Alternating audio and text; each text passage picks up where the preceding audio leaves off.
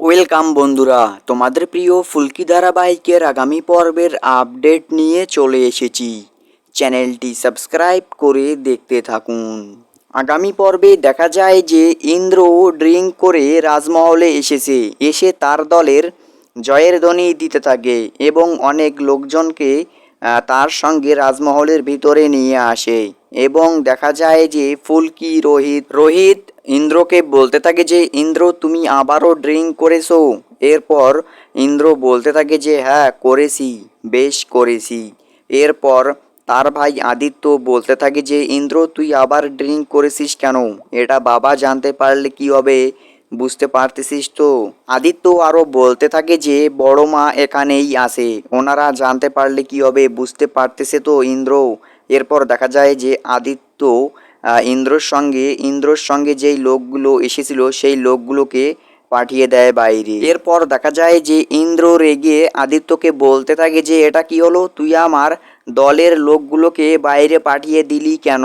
ও বুঝতে পারছি, এখন বউয়ের কথায় উঠা বসা করতেছিস। এরপরে দেখা যায় যে ওদিক থেকে ফুলকি বলতে থাকে যে বউ যদি ঠিক কথা বলে তাহলে উঠা বসা কেন করবে না। এরপর ইন্দ্র ফুলকিকে বলে ওঠে যে এই ফুলকি, একদম বড় বড় কথা বলবে না। তুমি আমার মাকে ফাঁসিয়েছো, ফাঁদে ফেলেছো। আমি তোমাকে রাজমহলে ভোটে জিততে দেব না, আমি তোমাকে রাজমহলের রাজনৈতিক দলে জিততে দেব না, এই কথাটা মনে রাখবে। এরপর ফুলকি বলে যে ছোট কুমার, পারলে আটকে দেখাইও।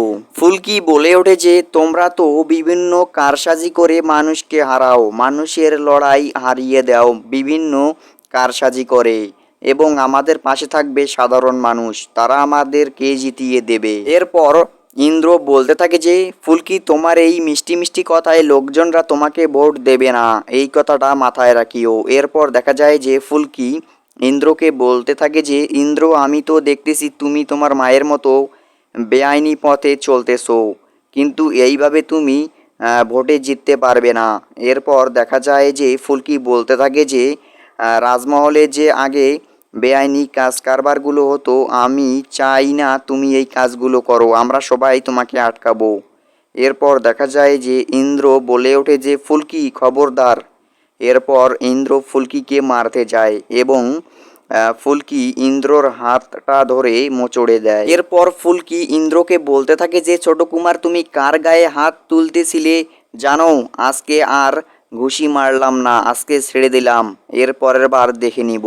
এরপরে তো সেখানে চলে আসে ছোট রাজা বাবু এবং ছোট রাজা বাবু এসে ইন্দ্রকে বলতে থাকে যে ইন্দ্র, তুমি ফুলকির কাছে গিয়ে ক্ষমা চাও। এরপর ইন্দ্র বলতে থাকে যে কখনোই না, নেভার, কখনোই না। ইন্দ্র বলতে থাকে যে তোমরা সবাই আমার মায়ের সঙ্গে যেভাবে বেইমানি করেছো, আর তোমরা কিভাবে ভাবলে যে আমি ফুলকির কাছে গিয়ে ক্ষমা চাইবো, কখনোই না। এরপর দেখা যায় যে ইন্দ্র সেখান থেকে চলে যায় এবং ছোট রাজা বাবু রোহিতকে বলতে থাকে যে রোহিত বাবা, ইন্দ্র তোমাকে কি না কি বলেছে, তার জন্য তাকে ক্ষমা করে দিও। এরপর আদিত্য বলতে থাকে যে রোহিত দা, আমি জানি তুমি এই বাড়ির জামাই, তোমার খারাপ হওয়াটা আমরা মেনে নিতে পারি না, এবং ইন্দ্র তোমাকে যেইগুলো বলেছে তুমি তার কথায় কানে দিও না। এরপর রোহিত বলতে থাকে যে না না, কানে দেব না কেন না, সে এ বাড়ির ছেলে, সে যদি এ বাড়ির ছেলে না হতো তাহলে আমি তাকে মারতাম। এরপর ধানু বলতে থাকে যে জেজিএস পার্টির দল ইন্দ্রকে কিভাবে নির্বাচনে বসালো, ওকে কিভাবে দাঁড়িয়ে দিল, আমি কিছুই বুঝতে পারতেছি না। এরপর ধানু বলতে থাকে যে ফুলকি, আমার মনে হয় না এবারকার ভোটটা শান্তিপূর্ণ হবে। এরপর ফুলকি বলতে থাকে যে কালকের রাখি উৎসবটা আমাদেরকে বড় করে করতে হবে। ফুলকি আরো বলে যে আমরা রাজমহলের লোকজনদেরকে আর দূরে যেতে দেব না, আর বিপদের মুখে ফেলতে চাই না। আর ওদিকে তো ইন্দ্র তার রুমে চলে যায় এবং দেখা যায় যে রুদ্র মানে অভিরূপ চলে যায় তার কাছে। গিয়ে ইন্দ্র অভিরূপকে দেখে বলতে থাকে যে এ কি, তুমি এখানে? তুমি তো ফুলকির খুব কাছের লোক, তুমি এখানে কি করতেছো? এরপর দেখা যায় যে রুদ্র বলতে থাকে যে তুমি আমাকে চেনো না, আমি তোমার বন্ধু হতে চাই। এরপর ইন্দ্র বলতে থাকে যে না না, এটা মনে হয় ফুলকির আরও একটি নতুন ফাঁদ, এরপর অভিরূপ বলতে থাকে যে আরে না না। এরপর দেখা যায় যে রুদ্র ইন্দ্রকে বলতে থাকে যে তুমি আমাকে বিশ্বাস করো, না হলে তুমি তোমার জেজিএস দলকে ফোন করো। আমি জেজিএস দলের পক্ষ থেকে তোমাকে দাঁড়িয়ে দিয়েছি, তোমাকে কার্ডটা পাইয়ে দিয়েছি। বিশ্বাস না হলে ফোন করো জেজিএস দলের পার্টিকে।